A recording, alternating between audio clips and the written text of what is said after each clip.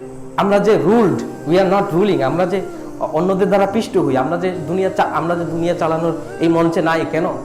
Because আমাদের কাজে কোনো ইহসান নাই, আমাদের কাজে এক্সিলেন্স নাই।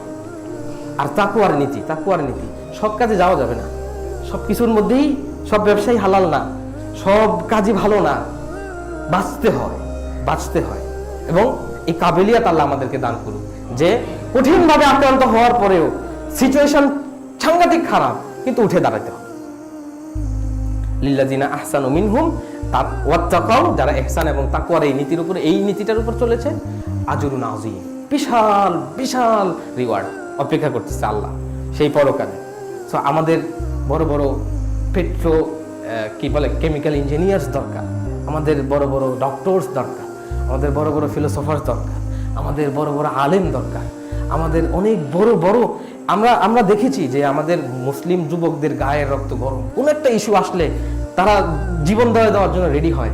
কিন্তু আমি দেখেছি যে প্রত্যেকবারই যখনই মুসলিম উম্মাহ মানে কোনো একটা সিচুয়েশনে হেরে যায়, সব সময় বুদ্ধিভিত্তিক লড়াই হারে, অন্য জায়গায় হারে না। 6 অক্টোবরের যে ওয়ার ইসরায়েলের সাথে, সমস্ত আরব রাষ্ট্র মিলে ইসরায়েলের সাথে পারেনি। কেন পারেনি? আরব রাষ্ট্রের এই ইসরায়েলের কিছু ট্যাকটিক্স যেগুলো সারা অ্যাপ্লাই করেছিল, নেতাদেরকে এমনভাবে কিনে ফেললো, বাস যুদ্ধ হেরে গেল। নাহলে পারার কথা ছিল না। তখন মিশরের যেই শক্তি সমর্থ, কিন্তু হেরে গেলাম।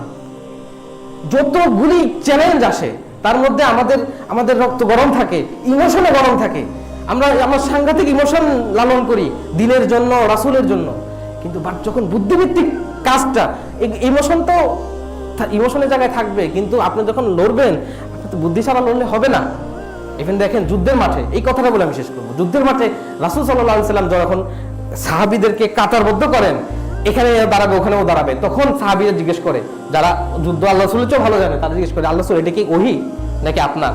আচ্ছা, যদি আপনার হয় তাহলে না, এইটাই ভাবে করেন। জাস্ট ইমাজিন যে আল্লাহ রাসূল সাল্লাল্লাহু আলাইহি সাল্লাম কেউ বলতেছে যে না, এটা এইভাবে করে। সো এই বুদ্ধিভিত্তিক লড়াইয়ের জন্য লাগবে প্রচুর পরিশ্রম, শ্রম লাগবে, প্রচুর মেধা বিনিয়োগ করতে হবে।